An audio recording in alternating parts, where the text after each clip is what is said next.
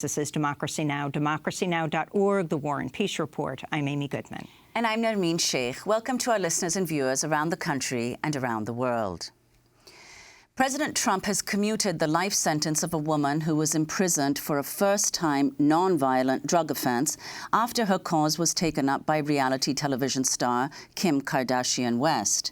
Alice Marie Johnson, a 63-year-old great-grandmother from Memphis, was released Wednesday from federal prison in Aliceville, Alabama, where she'd been serving her sentence for nearly 22 years.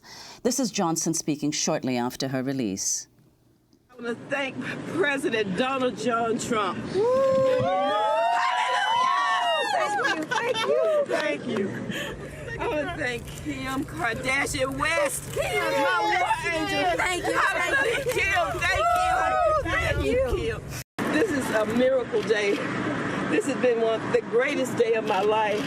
The most unexpected thing to happen to me in my life. I knew I had an attorney call, but I still didn't know what it was. And when they all came on, then I heard Kim Kardashian's voice. And she was the one who told me that that it had happened, that I was free, that I was going to rejoin my family. Kim Kardashian West met with Trump at the White House last week to advocate for Johnson's freedom. Kardashian West became an advocate for Johnson after seeing this video produced by Mike.com about Johnson's case. After my jury trial, I was sentenced to life in prison. Life offered me no opportunity for parole because there is no parole in the federal prison. I had been in management for 10 years. When I lost my job, I struggled financially. I couldn't find a job fast enough to take care of my family. I felt like a failure. I went through a complete panic. And out of desperation, I made one of the worst decisions of my life to make some quick money. I became involved in a drug conspiracy. I missed the birth of grandchildren, being able to be in their lives. I just had a great grandson. I missed that. Both of my parents had passed away. I was not able to be by either of their sides in their final days. That's an ache that I can't. That never goes away. While Alice Marie Johnson has been released, thousands of other prisoners are still serving life without parole for nonviolent drug offenses. For more, we're joined by Jennifer Turner. She was part of the legal team representing Johnson in her application for clemency, human rights researcher with the American Civil Liberties Union, author of the ACLU report, A Living Death, Life Without Parole for Nonviolent Offenses. Welcome to Democracy Now! It's great to have you with us, Jennifer. So talk about Alice's case. Talk about how she ended up in jail and now what's happened. Sure. So Alice is a great-grandmother, mother of 5. Because of circumstances that led her to true desperation, she got involved in a drug conspiracy. She had been laid off from her job, lost her home to foreclosure, was taking care of her 5 kids without support from her ex-husband, lost her youngest son in a scooter accident, and became involved in a drug conspiracy, basically to support her family. She relayed messages for drug dealers who were moving cocaine from Houston to Memphis, and ultimately was convicted, mostly based on the testimony of co-conspirators who received reduced sentences, and was sentenced to a mandatory term of life without the possibility of parole. This was her first arrest, her first conviction of any kind. And without clemency from President Trump, she would have died in prison. Well, how did you come to represent her in this clemency application? This was not the first time that you attempted to get clemency. You attempted first under the Obama administration. That's true. I first corresponded with Alice 5 years ago when I was researching life without parole for nonviolent offenses. I learned about her case, wrote about her in a report that we published profiling the cases of people serving life without parole for nonviolent offenses.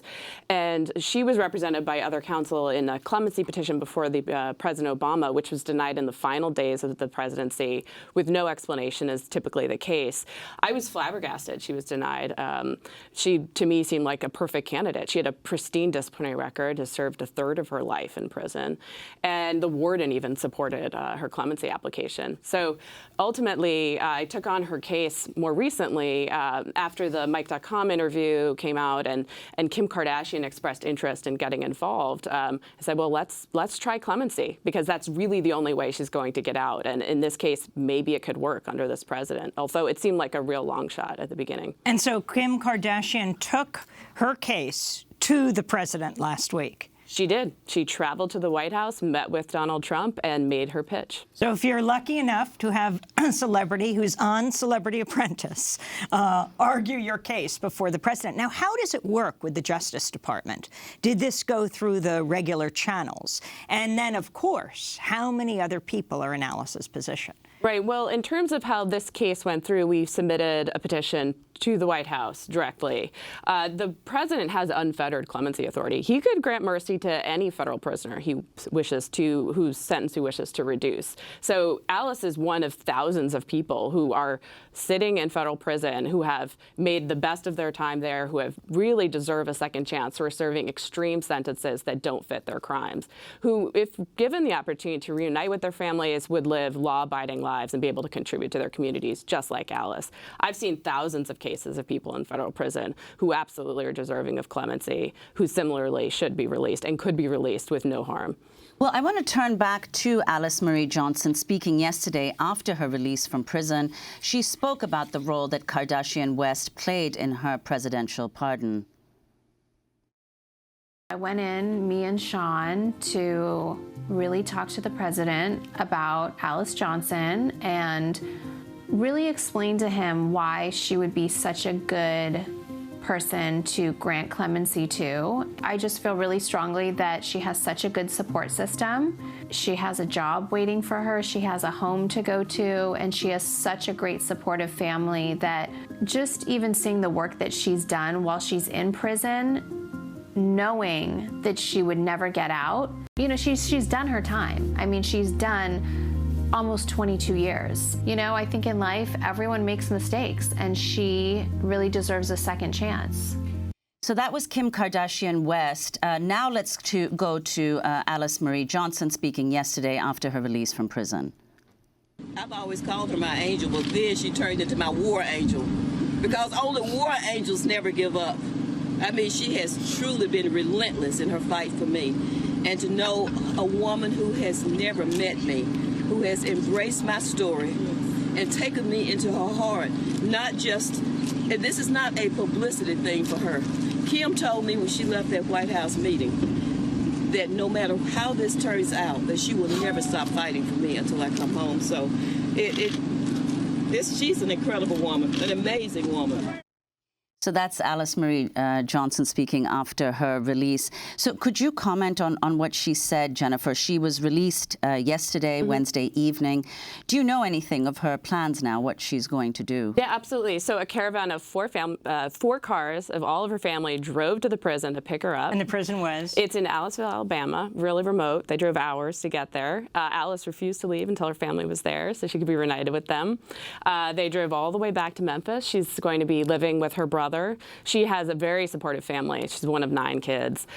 She has 6 grandkids. Very, very close family. She already has a job lined up, so she'll be working and reunited with her family immediately. She hasn't seen her great-grandson yet, and her daughter has newborn twins who she's going to meet shortly. So it's really just a joyful moment for the whole family. And one of the amazing things is that right after getting out, she's already been advocating in interviews for the thousands of people who are in prison for nonviolent offenses. Let's just go to a clip of Alice Marie Johnson speaking this morning on the Today Show. And Alice, you've been very straightforward about the mistakes you made. You were convicted.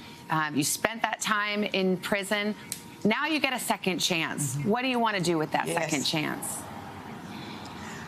I want to take this chance to try to magnify what has happened with me so that people will remember that there are other people just like me who are nonviolent, first-time nonviolent offenders who pose no safety risk to their communities. So I can't just walk away and forget about those who have been left behind. So that's Alice Marie Johnson speaking just this morning. So could you talk about the people that she's referring to, the thousands who are in prison for nonviolent offenses? Sure. I mean, over 3,200 people are serving life without parole for the possibility for nonviolent offenses. If you include whole life sentences like de facto life, that's over 17,000 people. In federal prison alone, there are over 1,500 people serving life without the possibility of parole for drug convictions. So let's go to President Trump earlier this year saying sentencing for drug-related offenses should be much stricter, including the death penalty. The other thing we have to do in terms of the drug problem is we have to be very tough on sentences. These people kill thousands of people over the course of their lives through drugs.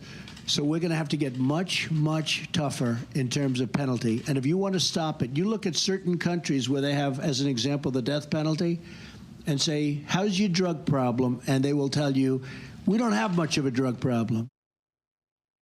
So that's President Trump. Talk about that view versus what has happened with Alice. But also, you say thousands of people are behind bars serving life without parole, let alone lower sentences, shorter sentences. This could either be done through the president, but also there's legislation. Is that right? And what would that look like if we're not talking about individual pardons? Sure. I mean, the reality is that the president can't commute every unjust sentence, and only Why not? sentencing. Well, I mean, he could, but that's not going to fix sentences going forward. Only sentencing reform is going to fix the sentencing problem we have. And for state prisoners, many of these people are serving life without parole in state prisons as well. Only governors can grant them clemency. And so in terms of sentencing reform, there's a bill up in federal bill that could provide some relief to some prisoners. In the states last year alone, 19 states passed bipartisan sentencing reform legislation, some of which has been really historic, like in Louisiana that passed a package of bills. So there needs to be, I would say, industrial scale clemency to revise and sentences for people who are currently incarcerated, because not just nonviolent offenders, people who are incarcerated for violent convictions as well, certainly have paid their debt to society, have bettered themselves in prison, and could be released tomorrow as well. And we need a system to reunite these people with their families. Can you talk about what Senator Booker, Senator Rand Paul, Republican, Democrat, New Jersey, Kentucky, what they are proposing? Well, currently the Sentencing Reform and Corrections Act that's been proposed by Dick Durbin and Grassley, that's being reviewed by Congress right now. That would provide some relief to some federal prisoners serving life without parole for nonviolent drug convictions.